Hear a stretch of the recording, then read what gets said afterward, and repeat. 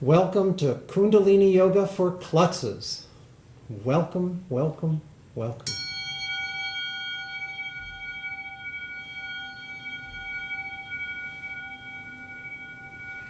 Hello, my friends. Welcome. I'm happy to be here, and I'm glad you're there. Today, we're going to do Kundalini Yoga for Klutzes. It's something I've dreamed about for some time, and I think that we're going to have some fun doing yoga.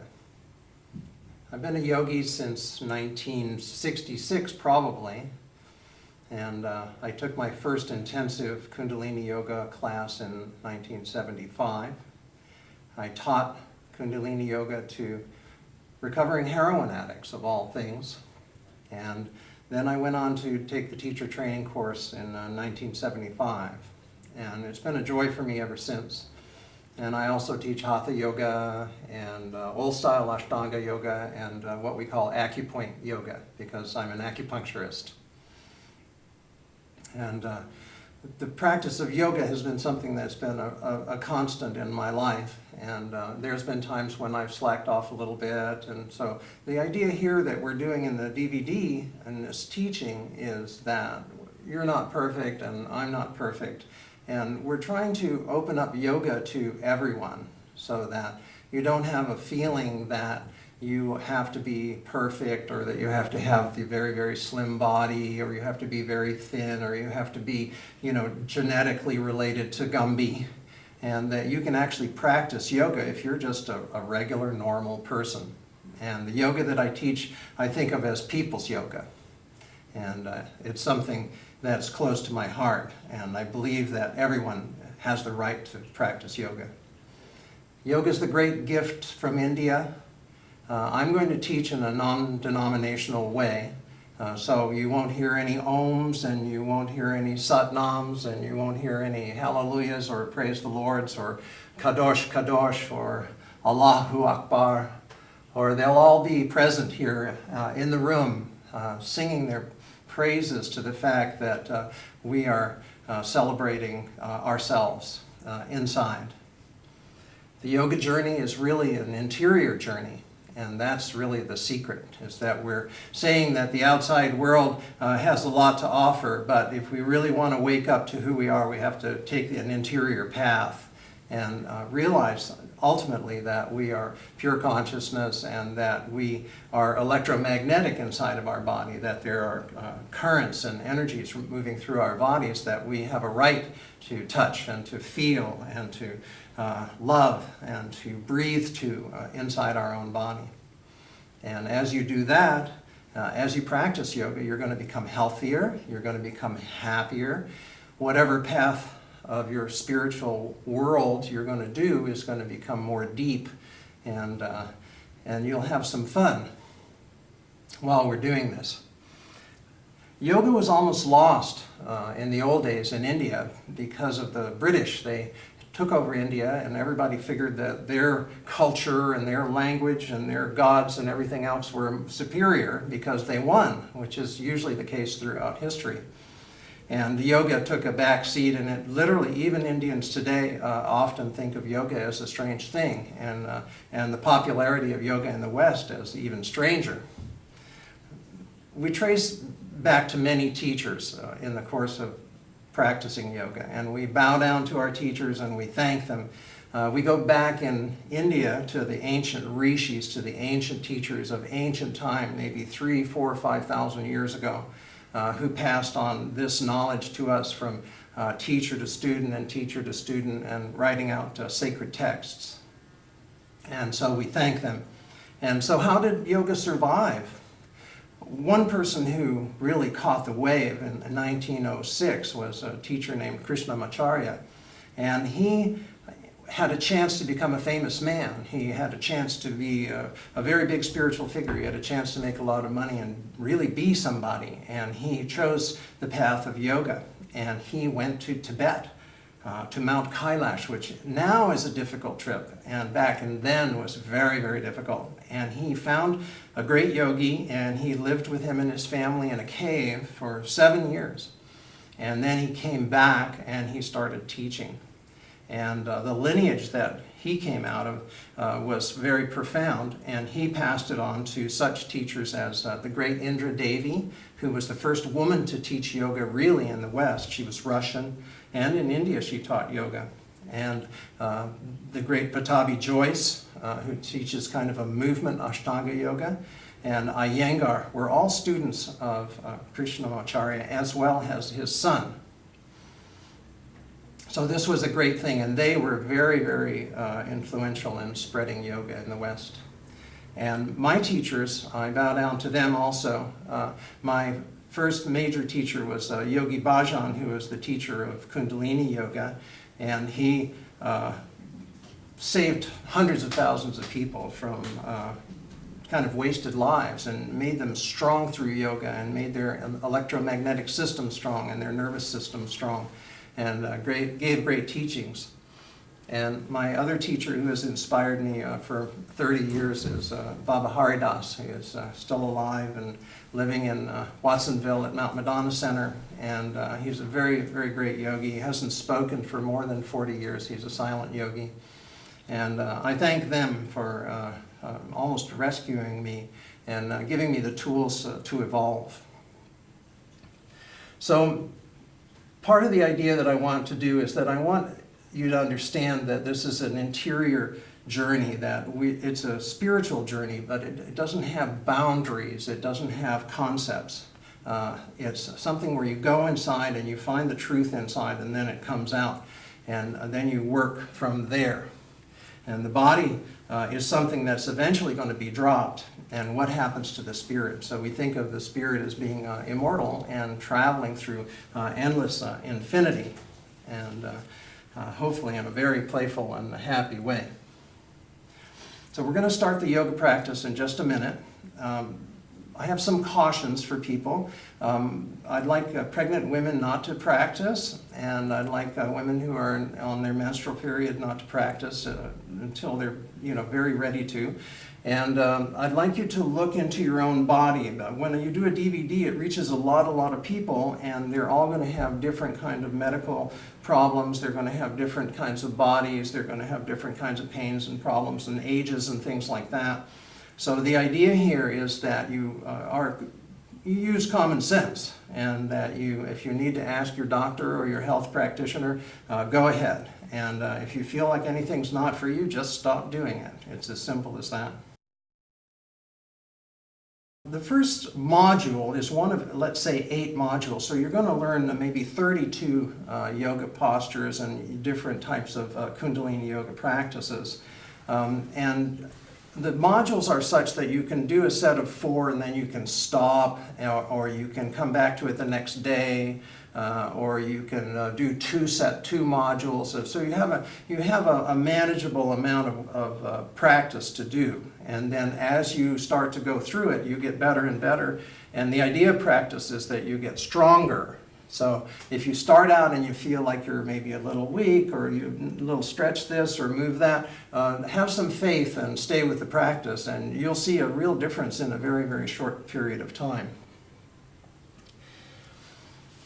So, if the body is electromagnetic, in my DVD, How to Heal Your Hands, we know that each one of the fingers has a different energy to it, an electromagnetic energy that relates to your interior body. So, the first move that we're going to do is we're going to take our fingers and interlace our fingers with our fingers pointing towards us, so that the fingertips are touching like that.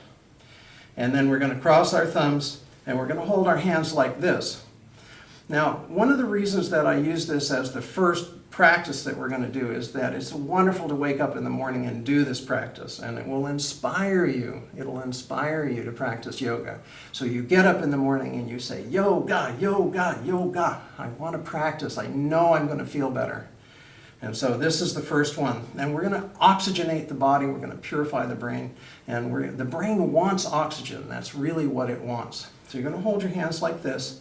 And you're going to inhale while your hands are going out, and exhale as your hands are going in. Like that. So as we go along, this is not really a practice with me and do everything yoga set. I'm going to give you the information. You can practice along to the degree that I'm going to do it, but I'm not going to take anybody to extremes. And instead of doing 108 of something, I will do 25. It's a way to start and feel that you can do it. So we're going to do this 25 times. When I get up in the morning, I do it 500 times. So that'll give you some kind of an idea. And what it does is it's going to build strength inside of your body, mental, spiritual, emotional strength, and it's going to purify your body. Okay, so you begin.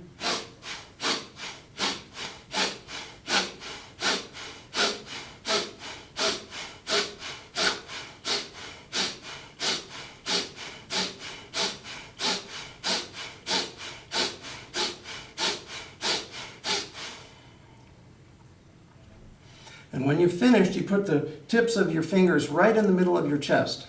If you're a man, it's directly in the middle of your chest between your nipples. And you just let the energy settle like that.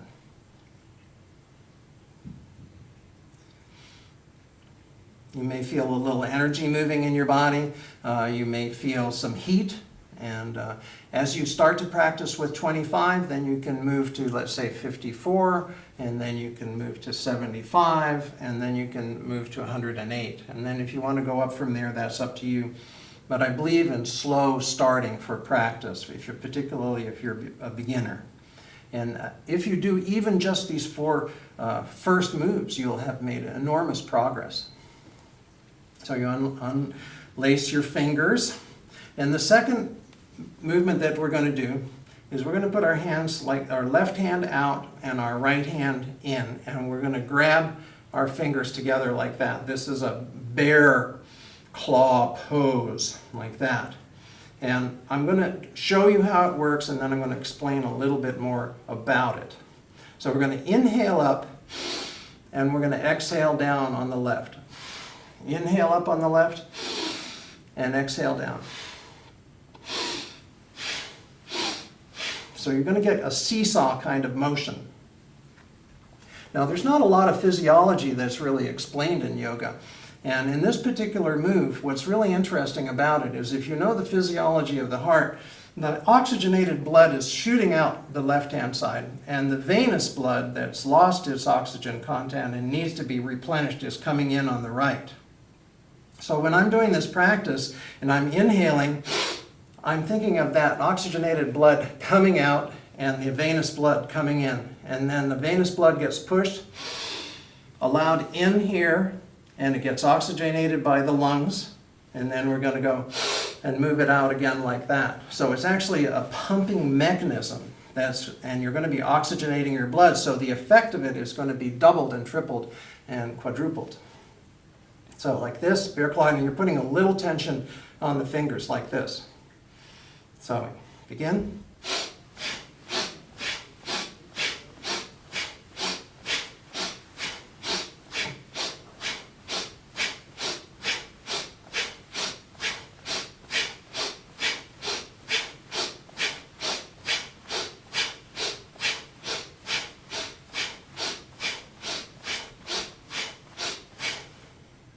And then you stop and you hold it and let it set. Feel. And there's going to be an electromagnetic current that's going in a circle here through your hand connection. So you're actually awakening your interior. You're feeding back the energy into the interior of your body. And this can be very magical for you as far as your health is concerned and how your emotions are and how you purify the old toxins of your life out of your body. So that's quite profound. After you've done 25, you can do it slowly. Whatever it is that's going to work for you.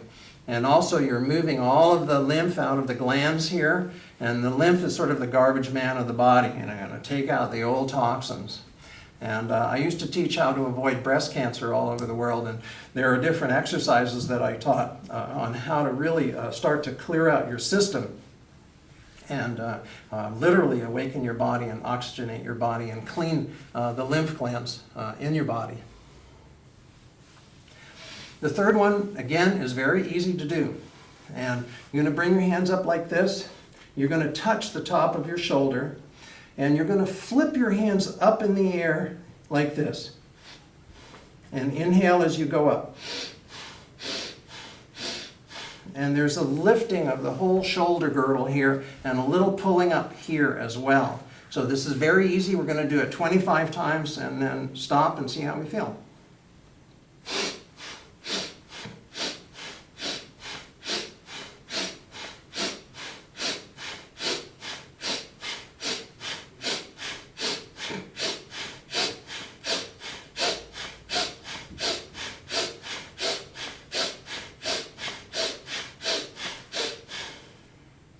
And then you bring your arms down so they're relaxed, and bring them down so that you're totally calm inside of your body.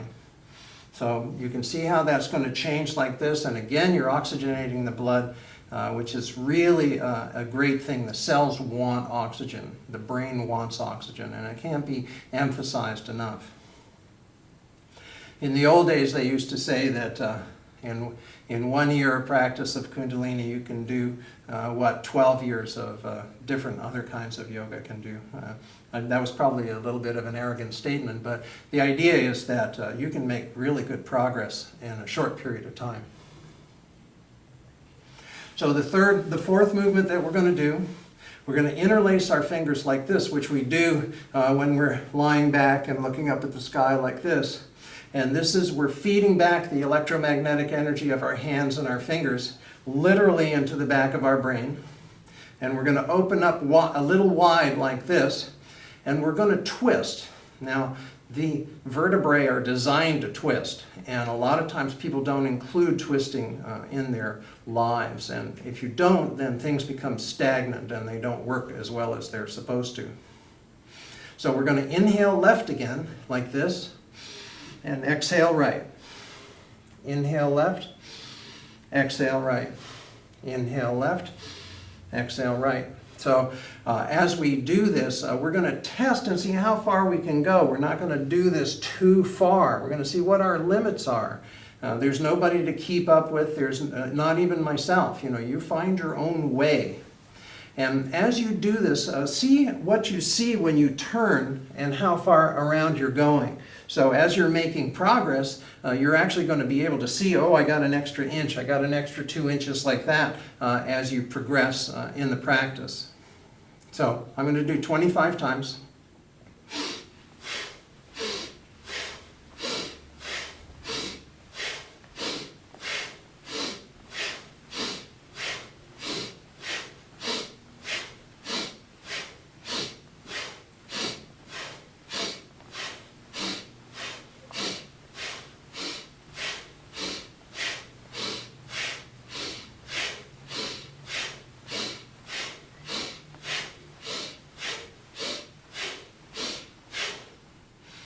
And then once you've done however many you're going to do, you hold the pose, make sure you stay nice and open, and let the energy settle, let the energy move through your arms and hands literally into the back of your brain.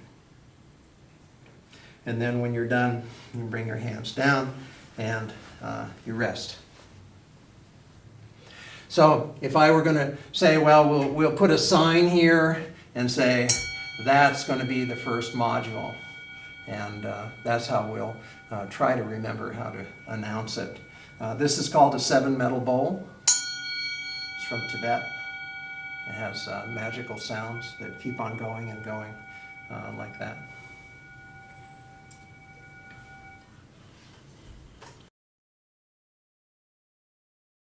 So the next set is a little bit more of like preparing your body a little bit for doing more yoga. And, you know, we see people all the time, they're getting new hips and they're getting new knees and things aren't working well, and operations are becoming like almost second nature, like it's just an average thing to go out and get a new hip, or an average thing to go out and get a new knee or different parts of your body. And indeed, that may be the way civilization is going. We'll just get a replacement. But the idea is that we're taking responsibility for our health, and we're taking responsibility for our evolution. And if you take care of your body, you won't end up in the medical system. And obviously medical care is becoming unaffordable and not so desirable either. And a lot of times you don't end up in medical care if you practice yoga. Basically, I haven't seen a doctor for 40 years and I haven't taken an antibiotic except once for a tooth last year. And now that doesn't mean I haven't had a few problems here and there, but I've been able to stay out of the system. And that's a very, very desirable as you're finding out that you can heal yourself, which is part of what all my teachings are about, is how to heal yourself. So this next one, I'm going to lie on my side, and I think this is sort of like a Jane Fonda series from the old days, and maybe it'll give you the courage that she has or had, and also you may want to go out and rent her classic film Barbarella on Netflix. So I'm going to lay on my side here. And I'm going to bring my leg up. Now, everybody's going to have a different level. You may get up to here, you may get up to here, or you may get vertical.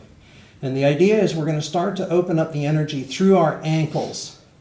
And we're going to do 10 rotations. 1, 2, 3, 4, 5, 6, 7, 8, 9, 10. Now this may feel a little awkward at first, but as you practice it, it's going to become more fluid and the energy is going to move through your ankle better. Then the other direction. 1, 2, 3, 4, 5, 6, 7, 8, 9, 10.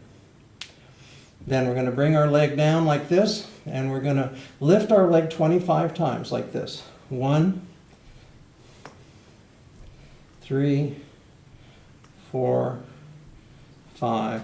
And you know, if you ever get tired, you just jump to 25 and you stop like that. And then if you can, you reach up to your ankle like this, and or you can put your hand like this and bring the toes down and open up what we call the life nerve through the Achilles tendon. So this is very natural. So that would be the first. And then what we're going to do is we're going to take our knee and drop it in like this. And inhale out. And as you bring the knee in, it's going to push the breath out. So you're pushing out like this, but you're dropping the knee in so that you're opening up the energy in the hip socket. And the hip socket's like that. The socket of the femur sits in what's called the acetabulum, which you'll see later. So it's like this. 1, 2, 3, 4, 5, 6.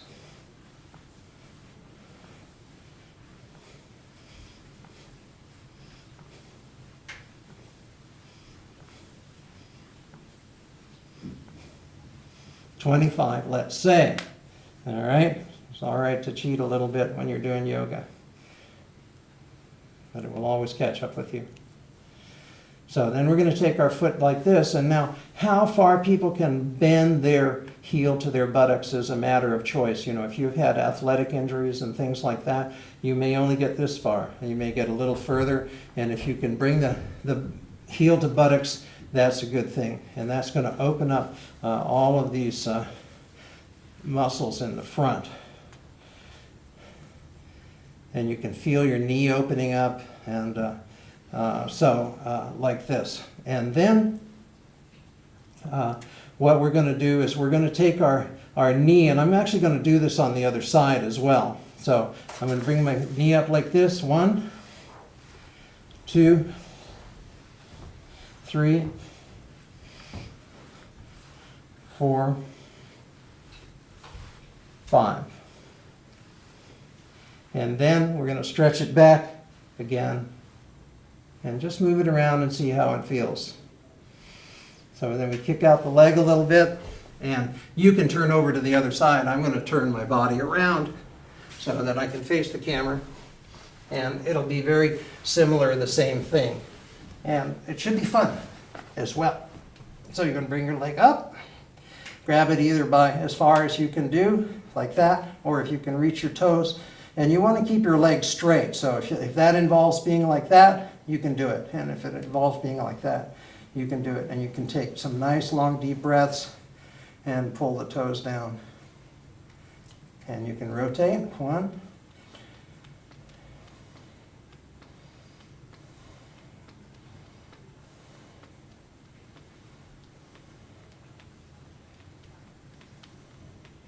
6, 7, 8, 9, 10.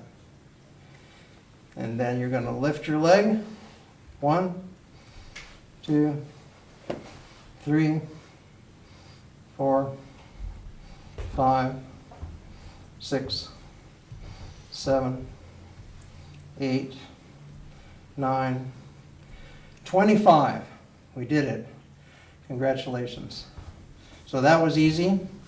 And we're going to drop our knee in like this. So we open up the hip again and shoot it back, drop it in. 2, 3, 4, 5, 6, 7, 8, 9, 10. And then reach back. And for me, my heel to buttocks on this side is a little bit less from old sports injuries and stuff like that. So I'm going to be a little bit more cautious with it. If you have the same idea, you can be a little bit more cautious too.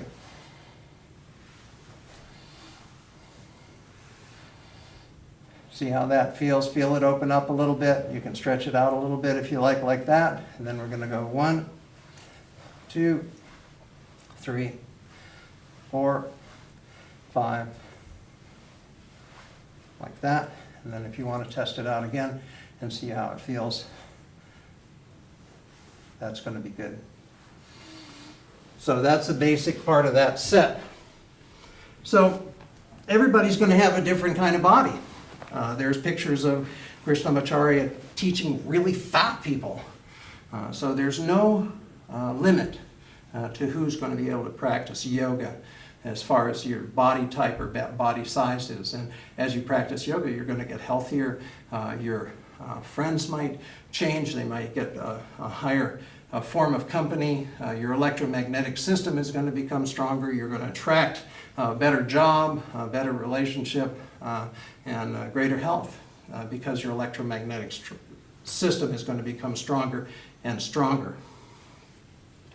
And it's all right to drink water, good quality water.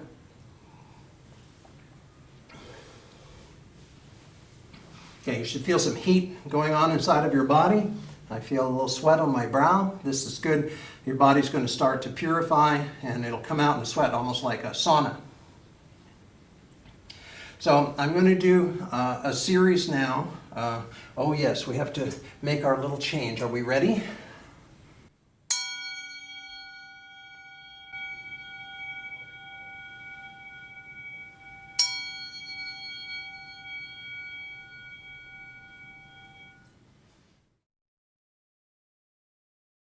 So the next idea that we're going to work on is that you want to have tone in all the muscles of your body.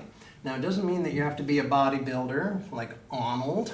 You have to have tone in your body. And if you realize that all the muscles in your body relate to your health of your internal organs, if you have tone in the muscles of your body, you're going to be healthier and happier. So this set is going to work on the abdominal muscles, and they're not too difficult, and they're a practice that as you practice it a little bit more, your abdomen's going to get stronger and stronger, and then you're going to draw from your center as they teach you in Pilates, as opposed to doing all the movement from your legs. So as your abdomen becomes stronger, it's the source from which your body's actually moving.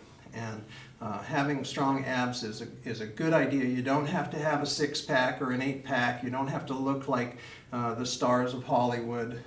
You just have to have tone in your abdomen. So I'm going to lie on my back.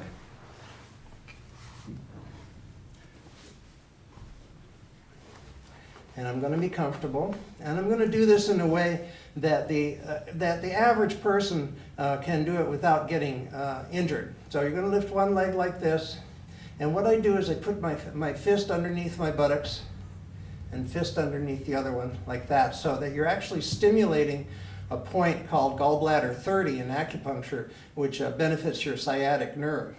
So your leg's going to be out, you're going to lift the other leg, and you're going to do a scissors movement like this. 1, 2, 3, 4, 5, 6, 7, 8, 9, 10. Now if you can only do 10, do 10. If you can do 25, do 25. Start slowly.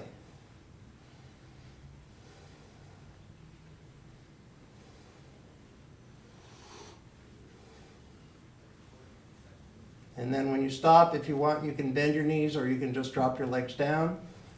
And then once your legs are straight like this, you're going to contract your muscles of your gluteus maximus, of your bottom, and like that. And you're going to do that 20 times. 2. And you can actually feel the contraction of the muscle because you have your fists underneath your buttocks. And then when you get to 20, you take it and you tighten it and you hold it for the count of 10.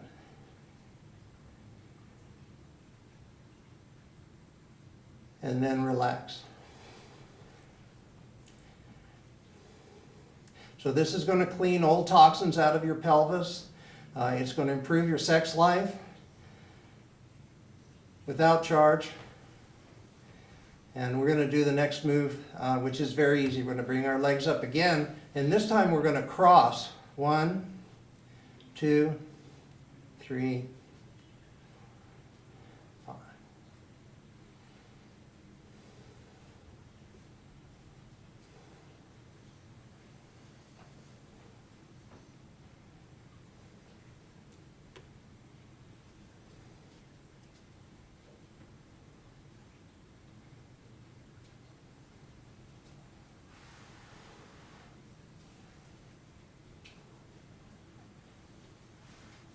And then when you're done, you can rest your knees like that.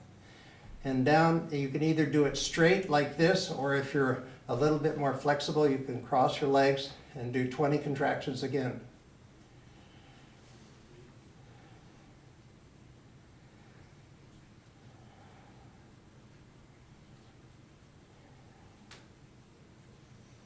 And then hold for a count of 10.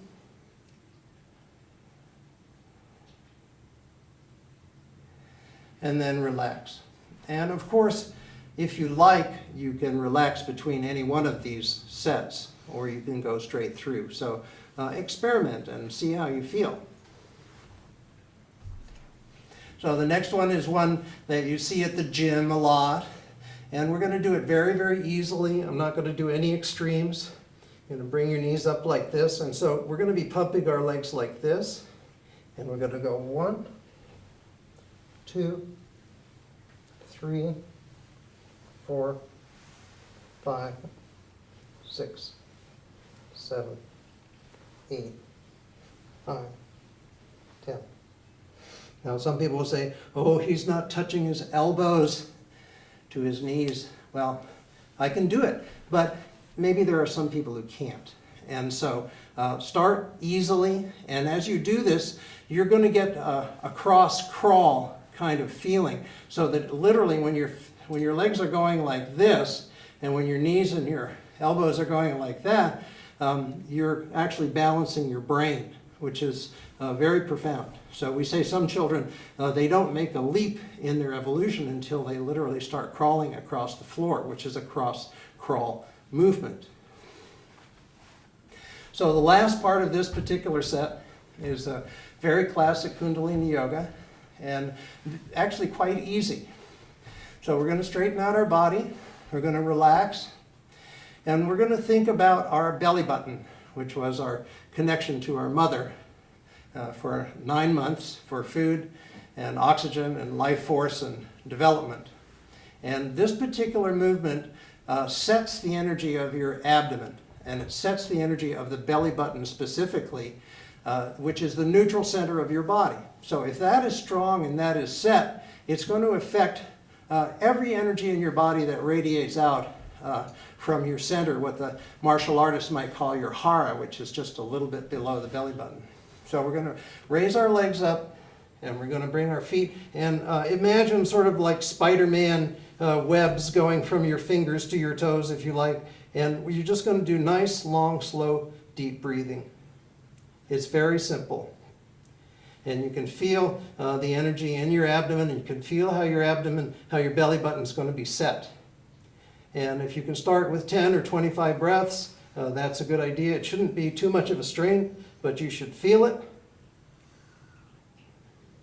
And then when you're done, you slowly lower down like that, and you can rest and feel how good your body's starting to feel.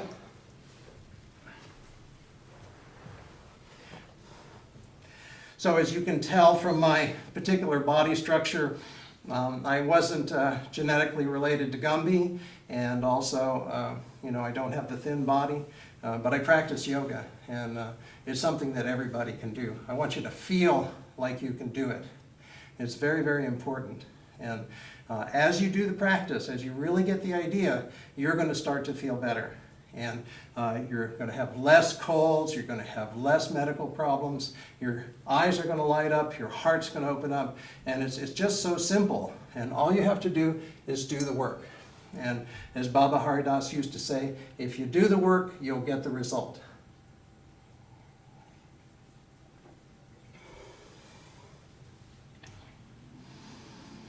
So don't be afraid to rest between sets. Don't feel like you have to push through. If you want to, you can come back tomorrow and do the next thing that we're going to do.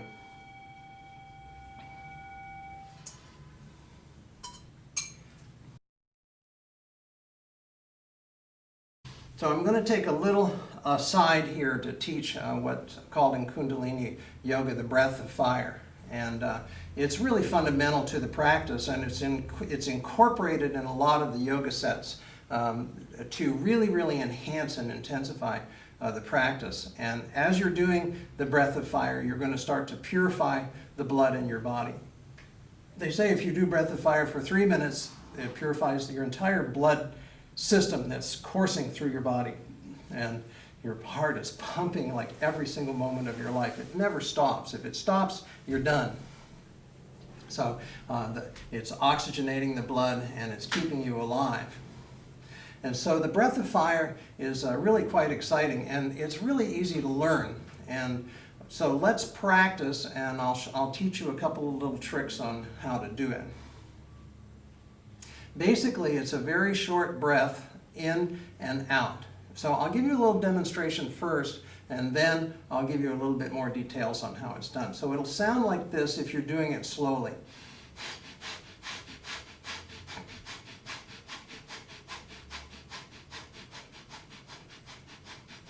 Like that. And so there's different ways that this is taught.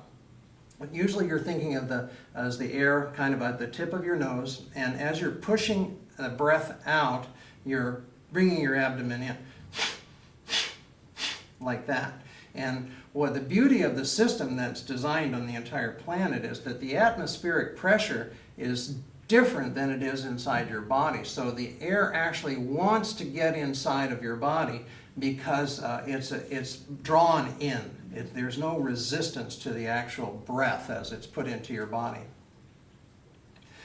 So we're going to give it a try, and if you feel like maybe your breath catches or you feel like you lose your rhythm, just stop and don't get frustrated and do it again. And the first time you do it, you should do maybe 30 seconds and then stop. And as you practice, you're going to get better and better at it. So let's do 30 seconds and see how it feels.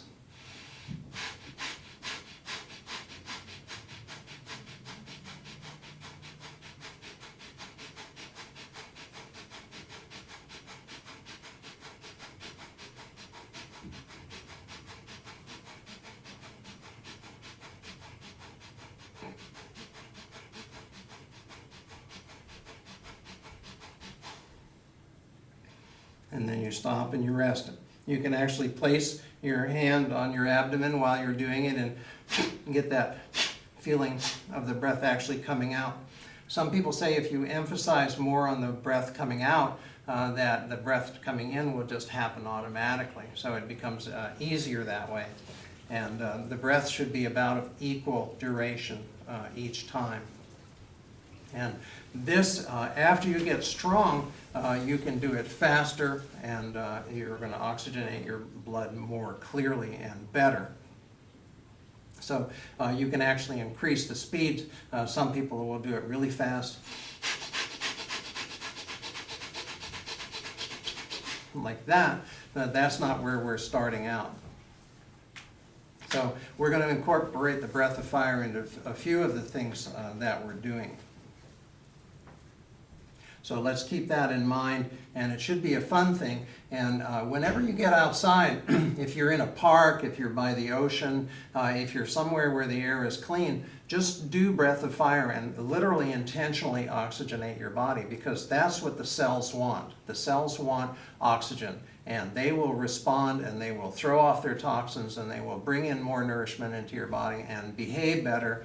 And you'll have hopefully a longer life, but also, most importantly, a better quality of life. So that's actually quite a bit of fun. So that's the little aside on breath of fire. You can go on the internet and you can Google breath of fire, and you'll get 3 or 4 different teachers giving you different instructions. So I'm not afraid to have you go and find other people. As a matter of fact, I encourage it.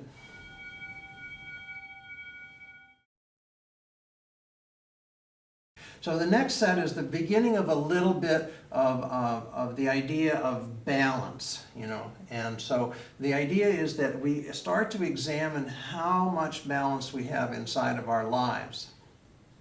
And if you learn to balance in yoga, you're going to find that you're going to have more balance inside of your life. So I'm going to turn a little bit sideways here.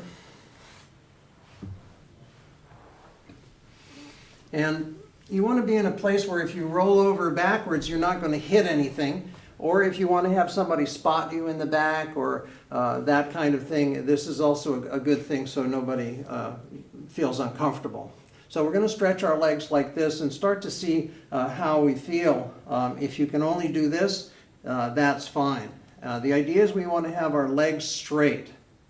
So we're going to practice once, and we're going to practice again like that.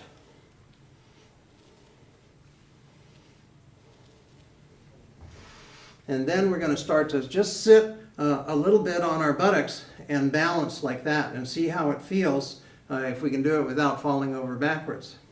And it feels pretty good. I feel balanced. I have a little bit more of a bottom than more other people, so it's a little easier for me to balance. And so I'm going to go like this, see how that feels, and I'm going to go like that. If you need to, you can go like that. I've seen all kinds of amazing people do this, of all ages, old people, young people, and it's very doable. You may roll backwards a couple of times, but it's something that you can actually accomplish. And you're just going to hold that like that with long, deep breathing.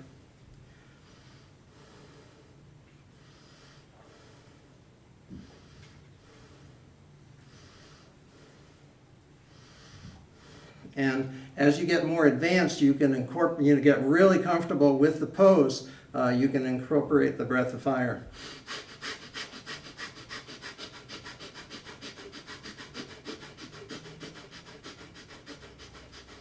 Like that. And then once you've done this for 2 or 3 minutes, you bring your legs down like this, and you bring the soles of your feet together. If your knees are up, that's okay. If they're down, it's going to start to open up the interior of your pelvis. And the energy of your feet is going to feed back to each other. And you just hold that and let that happen for a minute.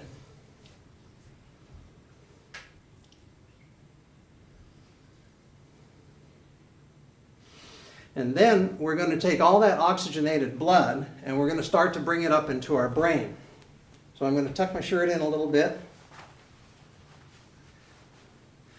And we're going to do a shoulder stand, not a headstand. And it's Everybody's going to have their different levels of ease and awkwardness with this. So just pretend like you're a normal human being and that you don't have to have any special superpowers. And we're going to try, I'm going to show you how to do this slowly and easily so that it's not a strain. So you're up like this, and then you're going to work your elbows in a little bit like this, and your hands are going to feed back into your kidneys. The weight is going to be on your shoulders and is going to be on your elbows, not on your neck. Now, some people are going to start like this, and then you're going to work your way a little bit more so that your legs are straight. And what this does is that brings all the oxygenated blood to your brain.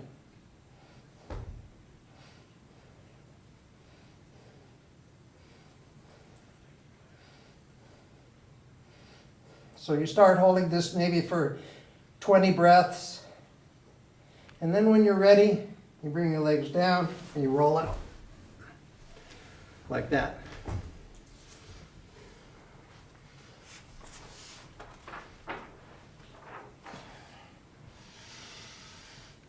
So, I'm starting to feel really good here. This hasn't been too much of a strain. We're going to move on to the next module, and they're going to get more and more interesting as we progress. I'm going to stand up for the next session.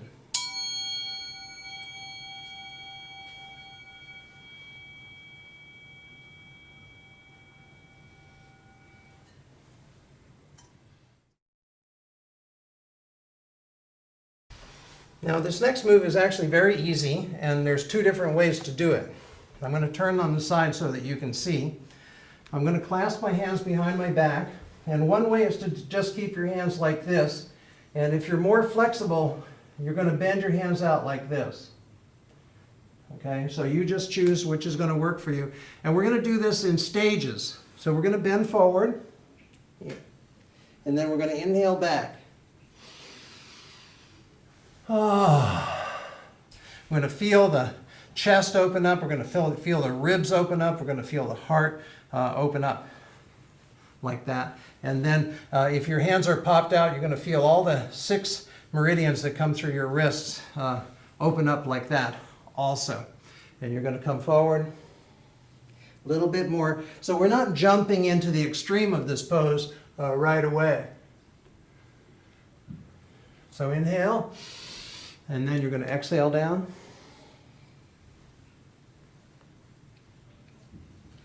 And then you're going to inhale back.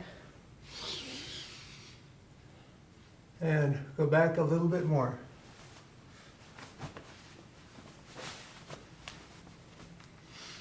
Okay, so inhale. And then we're going to go down a little bit more.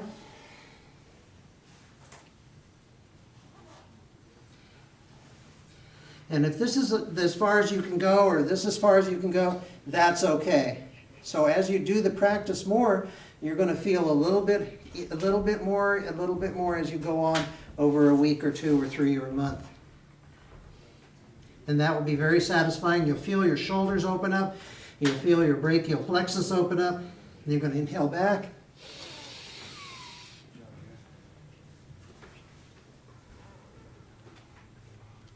And exhale down. And then inhale up and just be normal. Drop your hands by your side. Shake it out a little bit. See how you feel.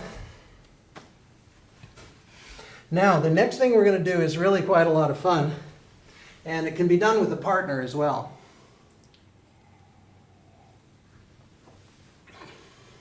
And it's very easy. You're going to clasp your hands together so that your fingers are interlaced, and you're going to stick your index finger forward like that.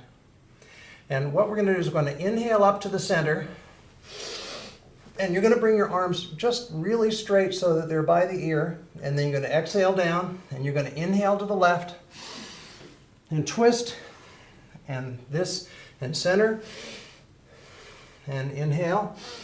Right, like that. So each time you come in the center, this is 1. And then you think 1, and this is 2. 2.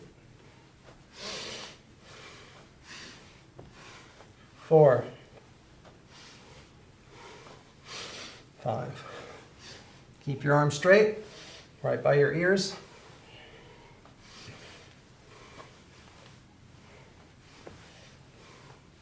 Now bring the palms of your hands together a little bit more and feel the difference. It's a different kind of stretch, isn't it? Going to do 3 more.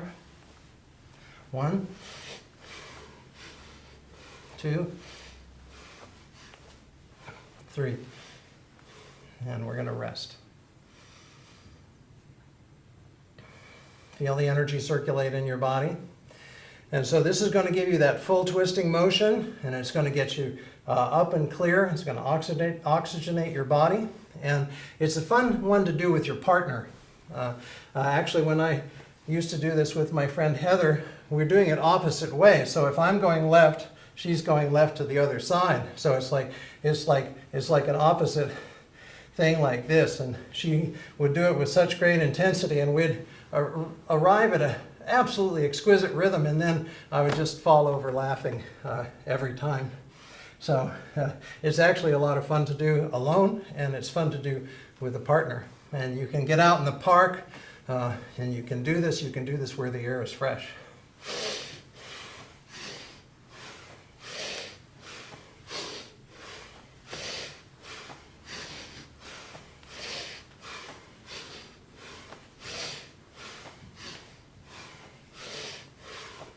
And when you finish 25, you bring your feet together, you inhale up, you keep your arms close by your ears, you stretch up, you hold your breath, and you tighten your rectum, and you send the energy up your spine, out the top of your head, up your arms, out the tips of your fingers, and you hold the tight rectum, and then you relax it, and you hold the pose. Breathe normally.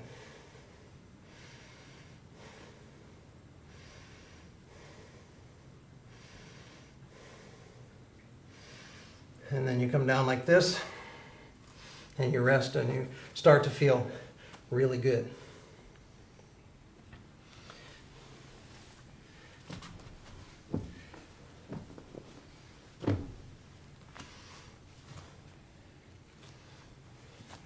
So we're going to do what's called frog pose, and it is a lot like being a frog. And we want to identify with all the frogs in the world because they're dying due to environmental pollution. So by doing good frog pose, we're going to be thinking about all the frogs and hoping that their lifespans are doing better, because they're really the canary in the coal mine. So if the frogs start to die, it's a bad sign for everybody. So you're going to get a point where your feet are feeling good. You're going to be out a little bit like this, and you're going to come down into a squatting pose, up on your toes a little bit. You can balance yourself with your fingers. You're not going to be actually pushing so much with your fingers. So you can make little frog noises like ribbit, ribbit. And you can inhale and exhale. And you're going to do this 10 times.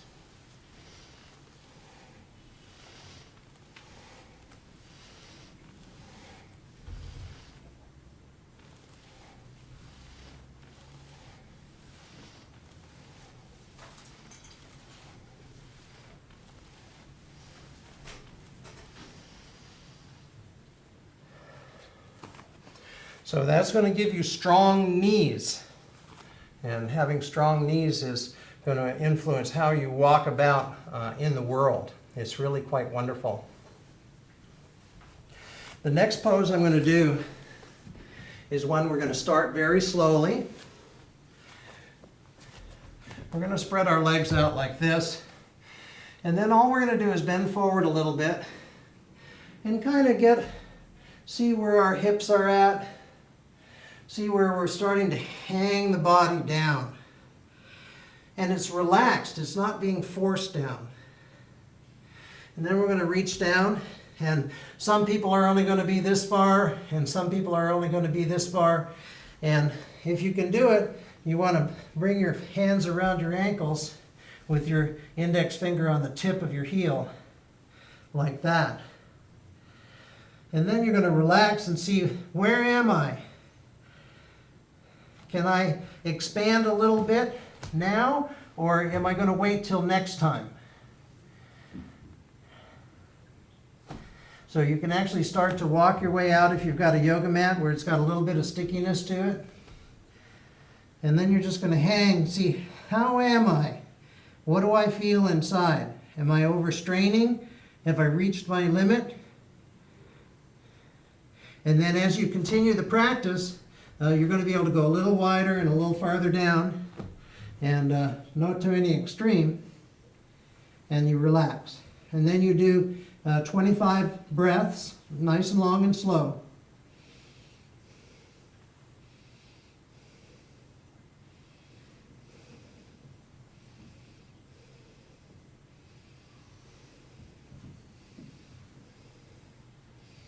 And then when you're done, you just very calmly go like this, and you kind of see where your hips are at, and you can work your way back like this, or you can hop back to center.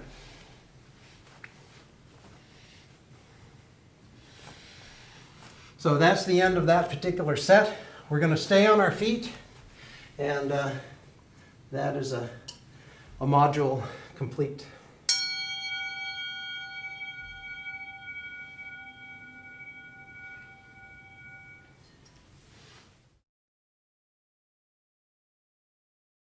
We're going to continue with our standing poses. We're going to be talking about balance again, and say, how is your balance? How is the balance in your life? And as you do these balance poses, we're going to take like 3 steps towards it, and then we're going to do a wonderful breathing exercise. So the first pose is called palm. And you're literally going to become a palm tree, maybe in Southern California where the air is clean by the ocean. You're going to bring your hands up in the air like this, and you're going to come up on your toes. And we're going to see, well, how can I balance on my toes? How do I feel about that? And see if you can get a particular kind of stability. Spread your fingers wide. Ah!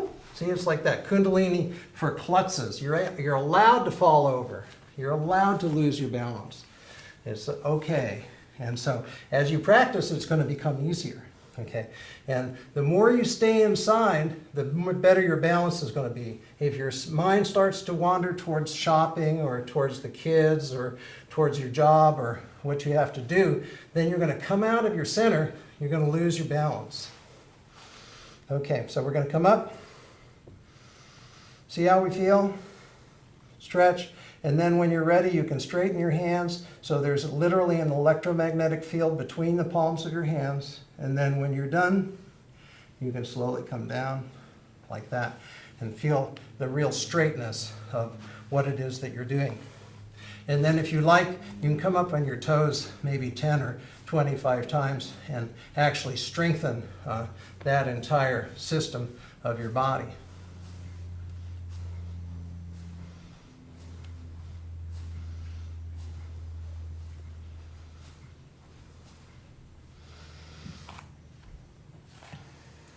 Okay, the next pose is called tree pose, and it's actually quite easy to do.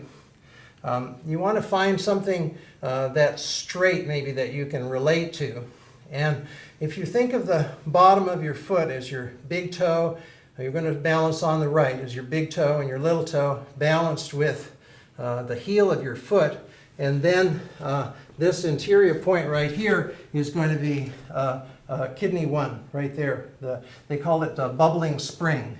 And it's where the martial artists focus their energy. And they actually cup up a little bit when they're doing their Tai Chi and Qigong practices. It's a little secret. So you're going to get your balance. Now you can do this with a door next to you. You can do it with a friend balancing you.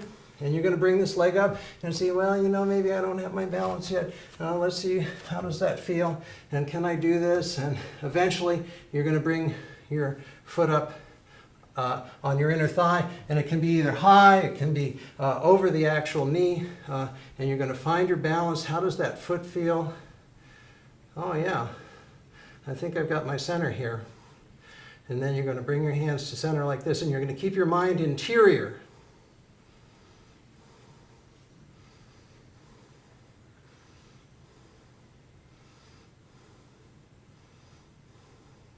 And then when you're done, you let it down and relax.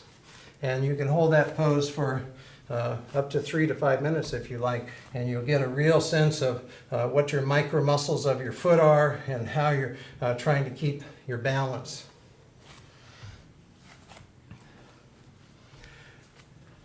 The next posture you can do, let's presume there's a door here. You can do it with a door, you can do it with a friend, and you can actually skip this one if you want to when you're first starting out.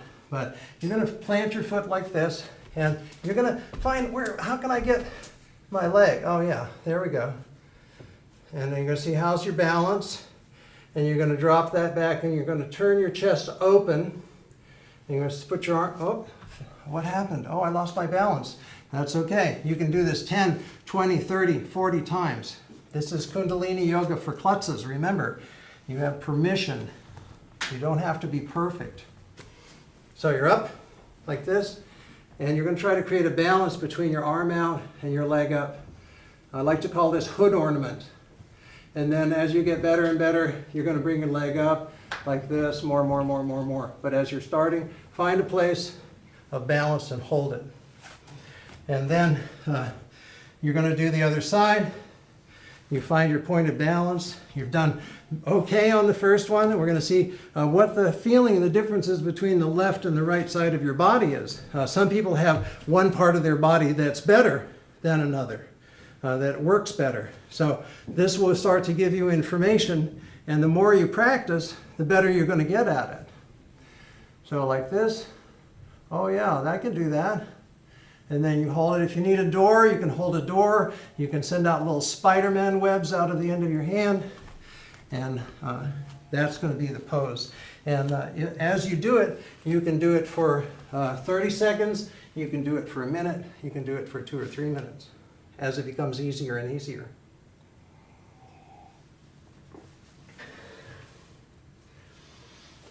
Okay, while we're standing, we're going to learn a wonderful Kundalini breathing exercise.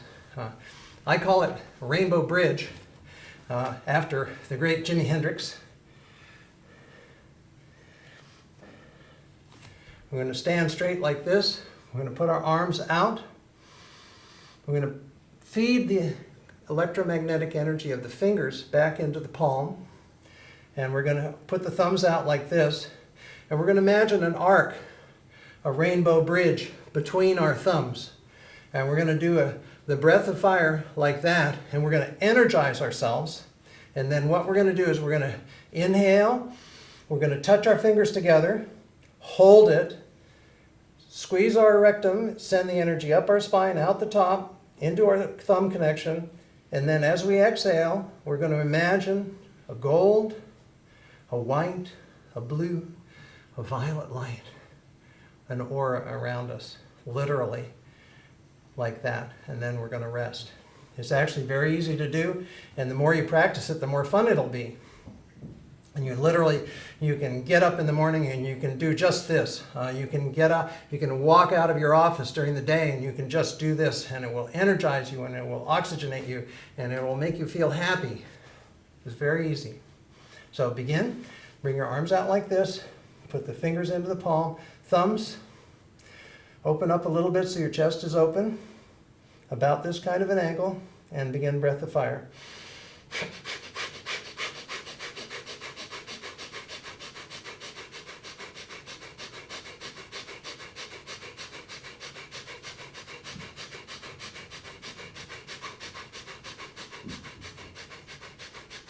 Inhale.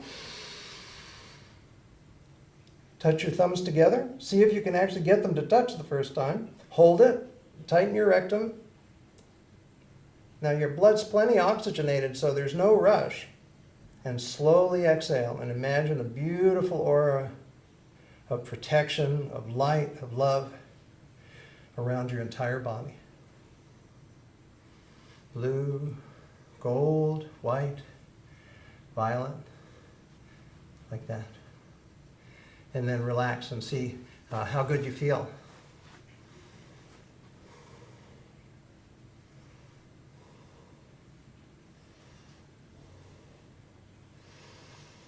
Okay, that's the end of that module. We're going to ring our bell and flip. Boop.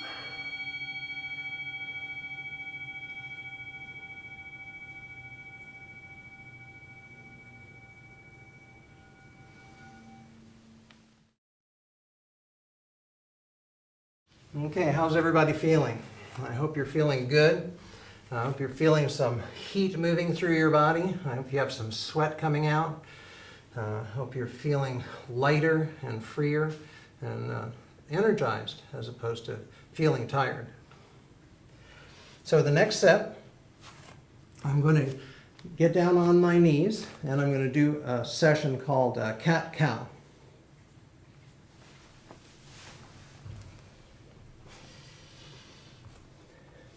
This particular move is really a lot of fun and it's very, very easy to do. You're going to be on your knees. Your hands are going to be straight down underneath your shoulders. And we're going to start out nice and slow. So we're going to inhale up and we're going to exhale down. Going to inhale up into cow. And we're going to exhale into cat. I'm going to inhale. And you drop the chest and the tummy down and the buttocks up. And you inhale. And you arch like a cat. And inhale. And exhale. And inhale. And exhale. So you're giving your spine a massage. You're increasing its flexibility. And as you get better at this, you can do it a little faster. So you're going to go.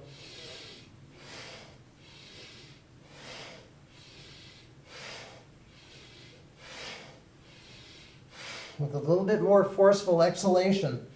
Inhaling up, exhaling down.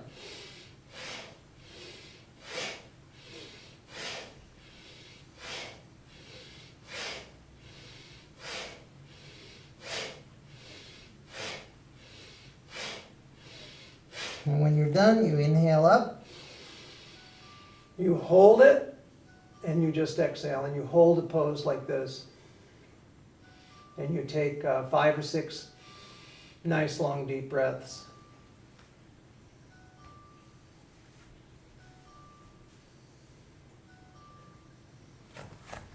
So essentially, you're pumping what's called a cerebrospinal fluid, which goes from your sacrum, the triangular bone at the base of your spine, up your spine, and that liquid bathes your brain, and it brings nutrients to your brain, and the actual liquid protects your brain from any kind of injury. So it's quite remarkable.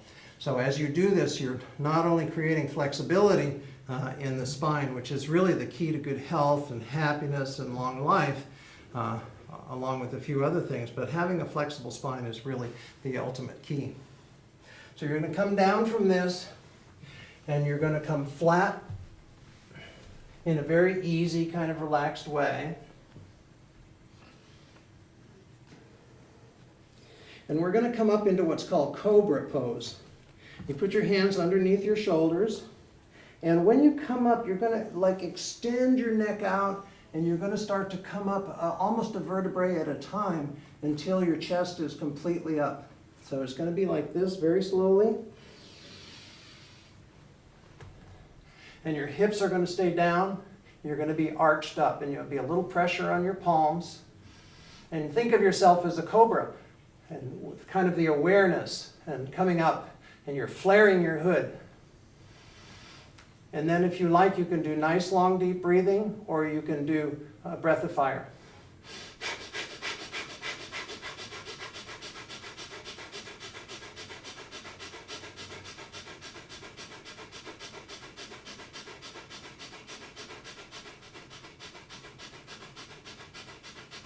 And you inhale, hold it,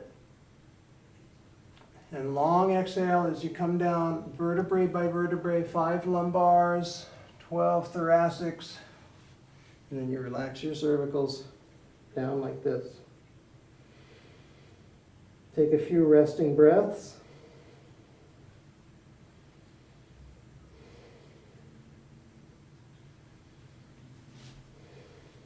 And then we're going to do it again. Keep your hips on the ground. Feel how nice it feels. It's a wonderful pose. And then we're going to stick our tongues way out, and we're going to make a growling sound from the back of our throats, like this.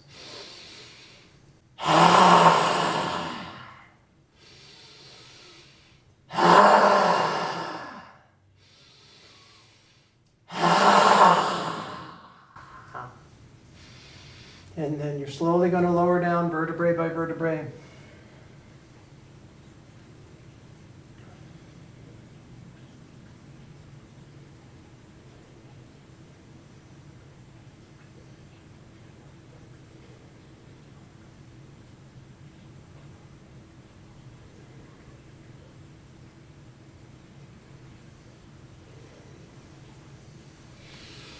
Okay, the next pose that we're going to do is kind of a bow pose.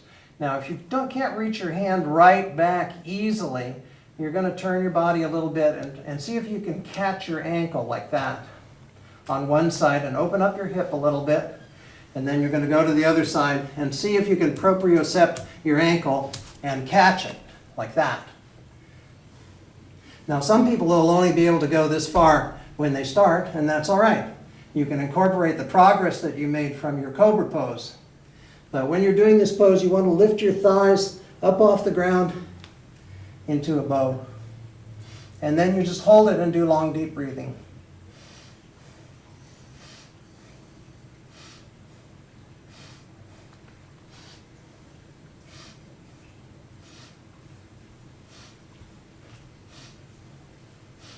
Okay, and then slowly down.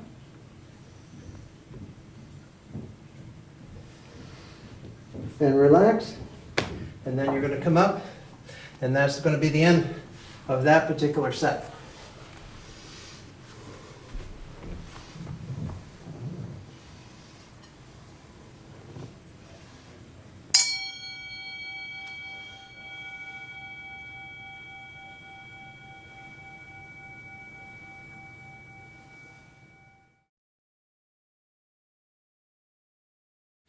So we've been through a number of animals, where the cat and cow and cobra, and we're trying to move our bodies a little bit like the animals do, so that we're loose and we always land on our feet and we have 9 lives, and we're feeling good and we're protected and we're safe. And it's really quite wonderful to think about moving with the flexibility of an animal. It's really quite remarkable. So as your spine becomes more flexible, you'll feel a little bit more like the snake, and you'll feel a little bit more like the cat, arching up and coming down. And it's the life force of your entire body travels in your spine, where you receive all the senses from the universe through the hearing and smell and taste and sight and touch. All comes into your spine and goes up your spine and feeds into your brain. So it's quite remarkable. So if your spine is healthy, you're going to be healthy. And flexibility in the spine, and this doesn't mean just the straight one, it also means all of the twisting motions as well, and arching motions. And when the spine is healthy, you're going to be healthy. It's really as simple as that. So this is going to be the last module that we're going to do for the time being. And we're going to do a couple of very, very classical Kundalini yoga poses. And then we're going to finish with what's called corpse pose, where you get to relax and be completely quiet and feel that you are truly energy inside of your body, and that you really can merge with the infinite and relax to the degree that you almost disappear. So it's really quite wonderful. So this next practice is called Sat Kriya, and we're going to kneel like this. Now, some people may have issues with their knees. If you're not living in Japan and kneeling in a Zen center, you can put a piece of towel or something like that underneath your knees. And sometimes this can also be very beneficial because it opens up the knees in a different kind of way than if you're just squatting. So this is, again, we're going to interlace our fingers like this, like we did before. We're going to bring our arms directly over our head so that the arms are close to the sides of the ears, to the degree that as you hear sounds or as you're talking, it's actually distorted a little bit by how close your arms are to your ears. You're sitting back like this very easily, and I'm going to give you several different instructions. The first one is you're going to inhale sharply, and you're going to raise your fingers up and your shoulders up, your whole shoulder girdle like that. And you're going to pull in sharply around your solar plexus. Like that. And it's all going to be coordinated as one. And we're going to start with 10 or 25. And at the end of it, we're going to stay up. We're going to tighten our rectum. We're going to send the energy up our spine, out the top of our head, and out the tips of our fingers. So it's really quite wonderful. So arms straight, you're sitting back, and begin.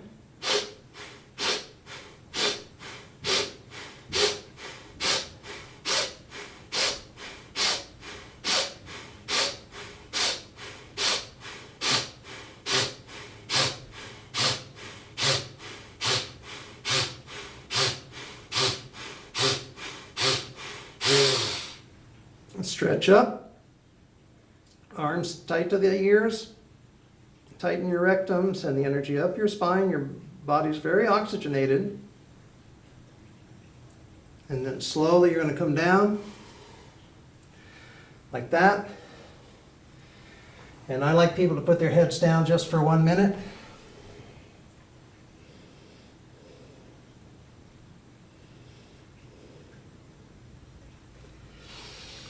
And then you can remove your pad like that. So that's Sat Kriya. It's very easy to do, and I would do it 108 times. Yogi Bhajan, if somebody wrote him a letter, maybe just to get rid of them, you'd say, oh, do Sat Kriya 30 minutes a day for the next month. So you can imagine the intensity and the strength that some people achieved trying to follow his directions. So the next pose is a camel pose. And we're going to spread our knees apart. And you can do this leaning against a bed as you first practice it. And, or you can have a friend spot you. So you're just going to be thinking about coming back and getting the hand, either side you can start first, onto your heel so that you can take the weight a little bit and see how that feels. And you're going to be arching back with your hips forward. So you can try both sides and say, can I reach it? How comfortable do I feel? Am I going to be able to do both?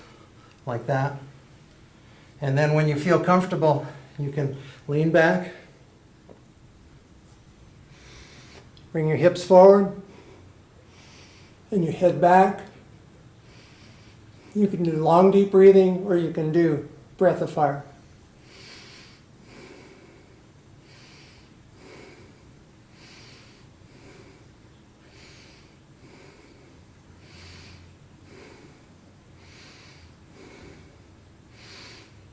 Then when you come out, you can just do one hand at a time if you like, so that you're balanced. And then if you like, you can bring your head down for 30 seconds like this.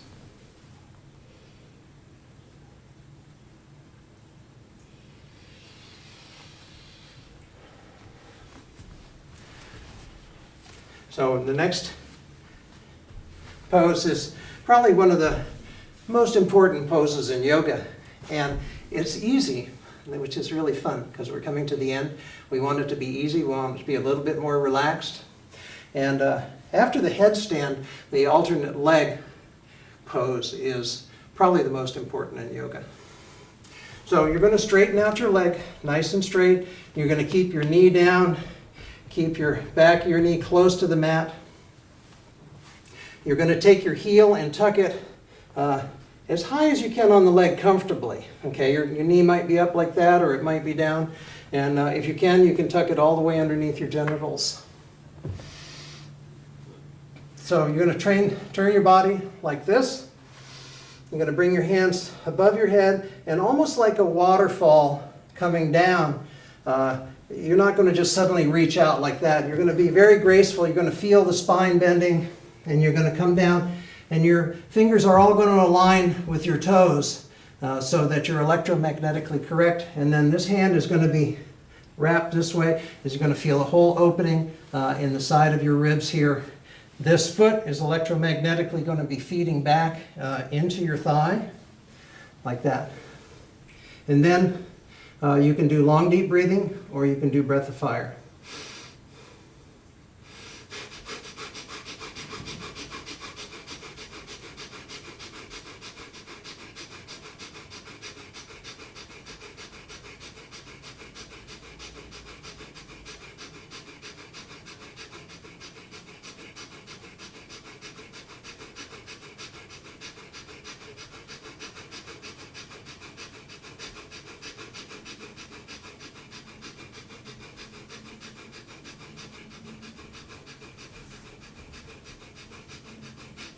Inhale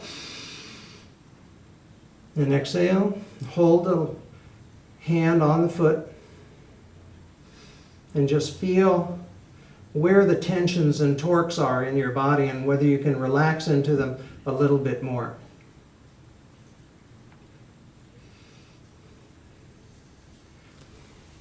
In the slower yoga postures, the postures are called asanas. And an asana means a seat.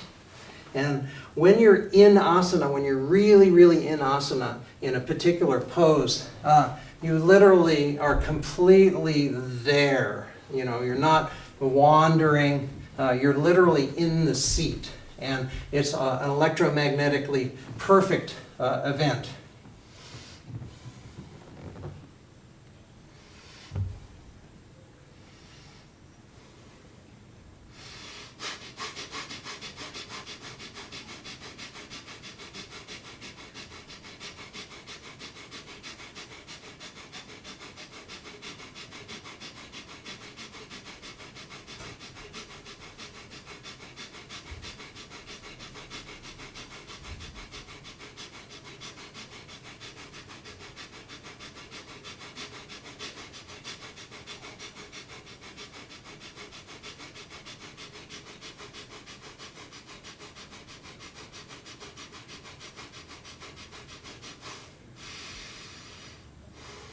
And then once you've finished your breath, you just hold the pose, keep your head up.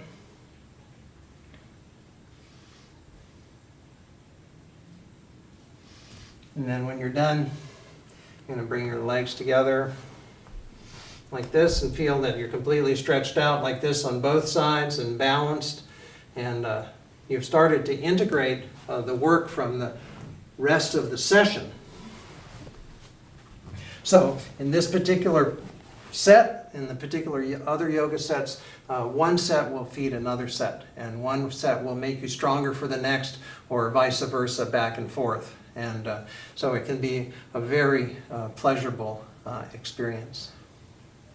So the most difficult thing to do in yoga is to develop a practice, and we'll talk about that in a minute. But the second most difficult thing in yoga is corpse pose. And it's actually a pose where you lie back and you completely relax. And you leave your mind completely dissolved as if it were sugar dropped into warm water. And you put your palms up and you just completely relax and listen to your breath. And so if you want to do that now, you can do that, and then I will talk a little bit in just a minute.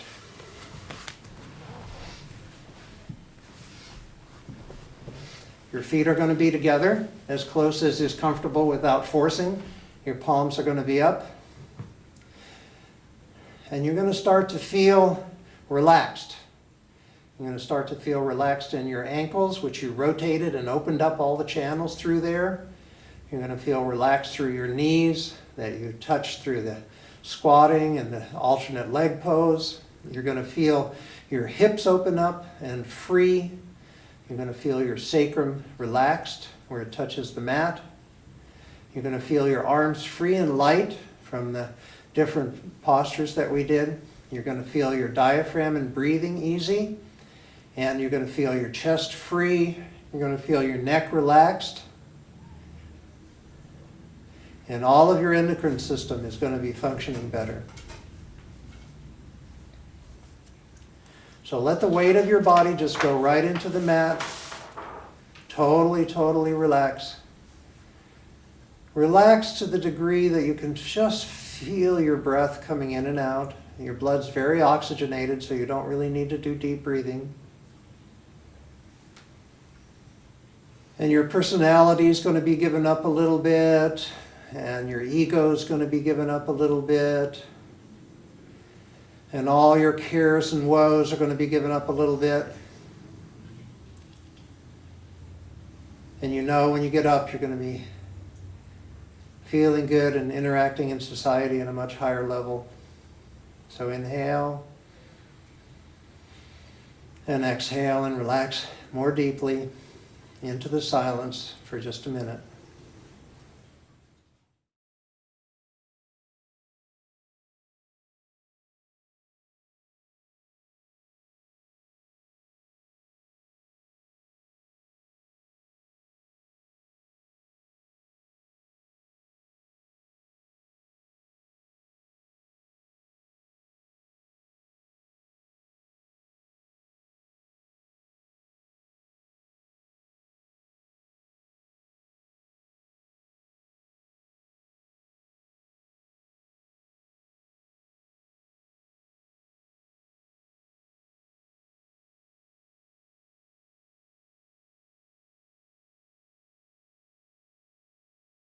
So stay in your corpse pose, stay in your relaxed mode. It's really a special time. It's a special time for you. It's a special time to feel the integration of your practice. And maybe this is the best part. So I'd like you to repeat after me. Please say, I feel good. You say, I feel good. And they say, I knew that I would. I knew that I would. So, I feel good. I knew that I would. And that's what happens when you finish your yoga practice. You just know that you're going to feel good. You know that the life force is going to be coursing. You know that your endocrine system's going to be functioning better. You know that your blood's going to be purified. You know that you're going to enter into your day in a more relaxed way. Normally, when you're practicing yoga, people get up in the morning and they do morning practice, usually because that's when it's quiet. And often I get up in the middle of the night and I'll do an hour of yoga and I'll go right back to sleep and be completely blissful. So there's no regimen. You want to start out with a clean environment, with clean clothes, maybe having at least washed your face and brushed your teeth, and come into a special place that's used for yoga. It really, really makes a terrific difference. I'd like people to feel free to go out and take other classes and realize that there are different kinds of yoga out there and find the yoga that really matches them and that they want to practice. But this is really a yoga practice that'll last you for the rest of your life. And it's something that guaranteed results, no doubt about it. And it can be really, really fun. And when you start to feel strong, you're going to magnetize to you all kinds of wonderful things that you never really imagined. So this has been a practice for real people. It's been a practice that anybody can do. My personal feeling is that the time will come when yoga will be taught in high schools across the nation. It'll be taught to young kids, and it will be something that will be a totally normal part of the society. Instead of having any kind of elite aspect to it, or thinking that you have to have the perfect body in order to practice yoga. And real people will get up in the morning and they'll say, yoga, yoga, yoga. And that 3 words will inspire you to get up, because yoga really, really, really, really means freedom. And it's the key to being liberated. It's the key to awakening. And all you have to do is practice, practice, practice. Thank you very much. I've loved being here. Make copies of this DVD and give it away. Give it to all your friends. I've never charged for yoga in my life. I've never charged for meditation classes. And I want the teaching to be universal. Pass it on. Give it away. Thank you.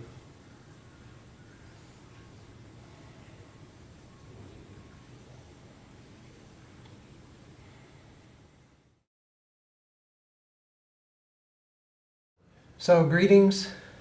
This is the value-added addition to Kundalini Yoga for Klutzes.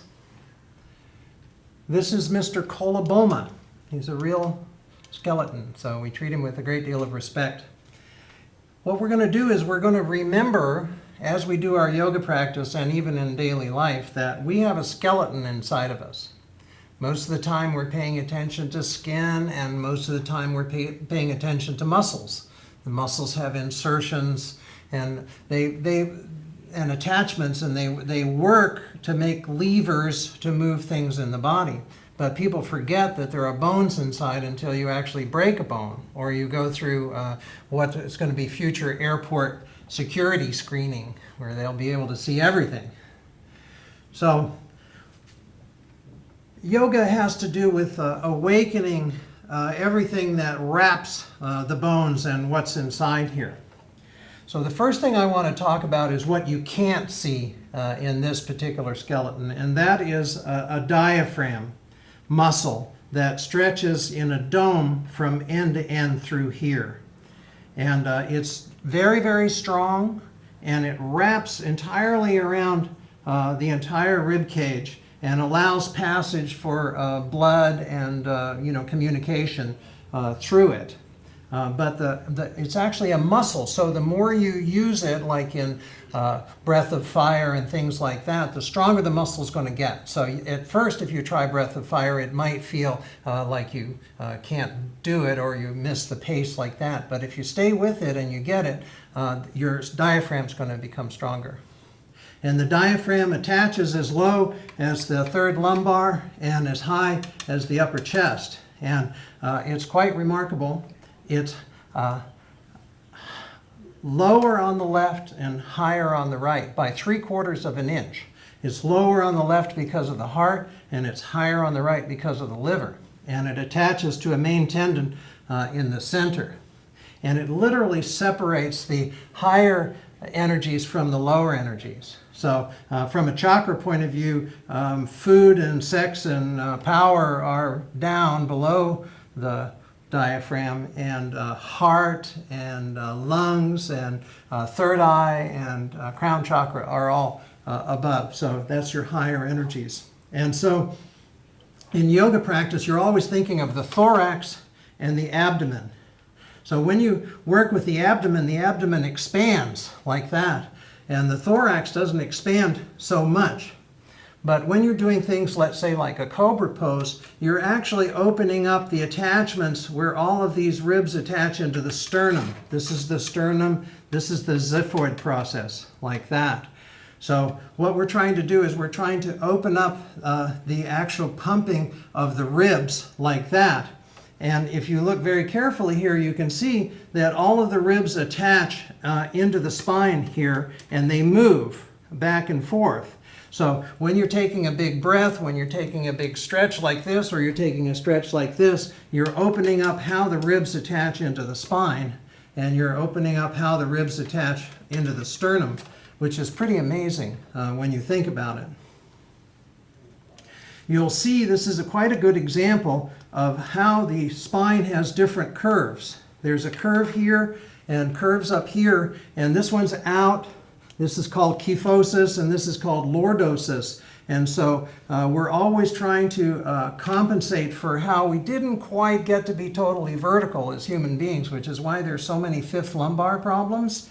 And so we're trying to awaken the intelligence of the energy of the spine. So all of the intelligence, all of your senses go into the spine, go up to the brain, and then the brain sends everything back down through the spine. So if the spine is awake and flexible, you're going to be awake and flexible. And also, it's possible in yoga to become conscious of the front of your spine, which is really pretty amazing because we never think of the front of the spine. We always think of the back because it has these spinous processes coming off the top of it like a whale or something like that. So, Mr. Koloboma here has, like everybody else on Earth, generally, 7 cervical vertebrae, 12 dorsal or thoracic vertebrae, and 5 lumbar vertebrae. And they're all held here on top of the sacrum. This is a triangular bone. And they say that an energy resides here, curled 3.5 times, that comes up the spine as you purify, as you purify, as you purify. And eventually, this becomes a clean passage for energy for you to awaken to God or cosmic consciousness or whatever you like. Yogi Bhajan used to say that what you call Christ consciousness, we call Kundalini. So I thought that's pretty interesting. So as we're opening up the hips in the first sessions, these hips fit into these sockets. This is called the acetabulum. And this round bony part fits right into there. And as you start to move and bring blood and life force and movement back and forth like this, like we were doing in the yoga practice, this is going to stay alive. And as that stays alive, you're not going to have a hip replacement. And so that's pretty important to know. Now, another connection here that's equivalent to this is this bone of your upper bone of your arm, but it doesn't have a socket to fit into.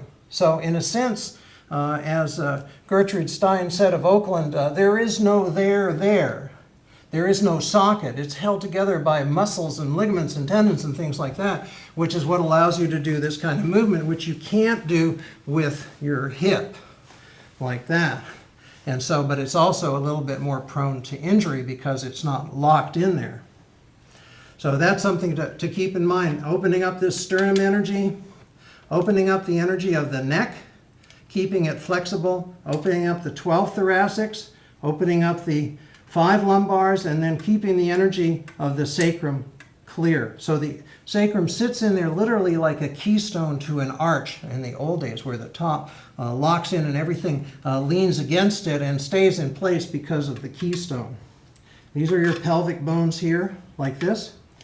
And as you open up, as you realize that there's an intelligent energy to each finger and each toe in your body even, but especially the fingers, the energy communication goes right up into the brain. So as you are working and thinking about your yoga and thinking about your health, you want to remember that you've got this incredible skeleton inside of you, and they're remarkably similar from person to person. They'll vary in size and density from men to women. And there's an incredible design to it. So your upper arm bone is equivalent to your femur here. And then the bones split here to the radius and the ulna, and this here is the is the tibia, and this is the fibula. So anyway, you see there's a design. It splits into 2 and then goes into all the fingers. So it goes 1, 2, 5, 1, 2, 5, like that. And that's important to when you're opening up the energy of the knee like that. And then when we worked with rotating the ankle, this is a very complex mechanism of bones in here. And if you were to study it, you would think this never works. I don't know how it works when you look at it. And yet it does. It supports the weight of the entire body.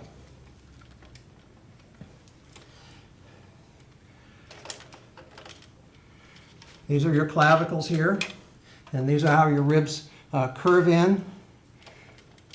These are your wings, your clavicles. So when you're doing your yoga practice, you're moving those wings back and forth, and they slide over the rib cage. And so keeping them free and loose and easy. Now, what happens is that people, they don't move, okay, in our society. And everything starts to stagnate. The blood starts to stagnate. They don't get enough exercise. They don't get enough oxygen. And they don't get enough movement in these joints. And so, then the joints start to freeze up. And then you add to that, some kind of a toxic lifestyle for what you eat and what you drink.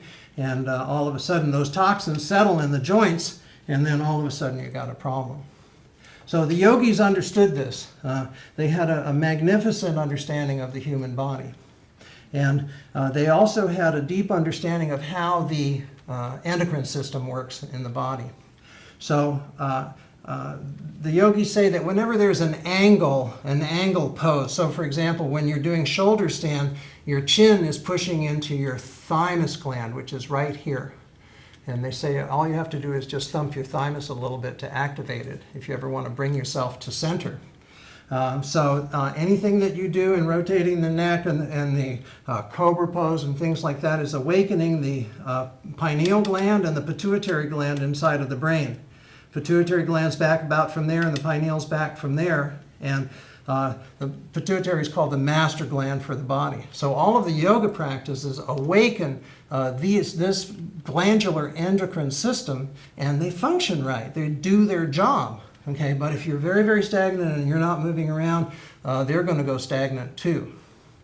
And so right here in the neck, which I have to move my beard for, but what we would call your Adam's apple or your Eve's apple is where your thyroid is. So anything that you're doing, stretching, anything that you're moving this way or this way, you're actually activating your thyroid gland to work better.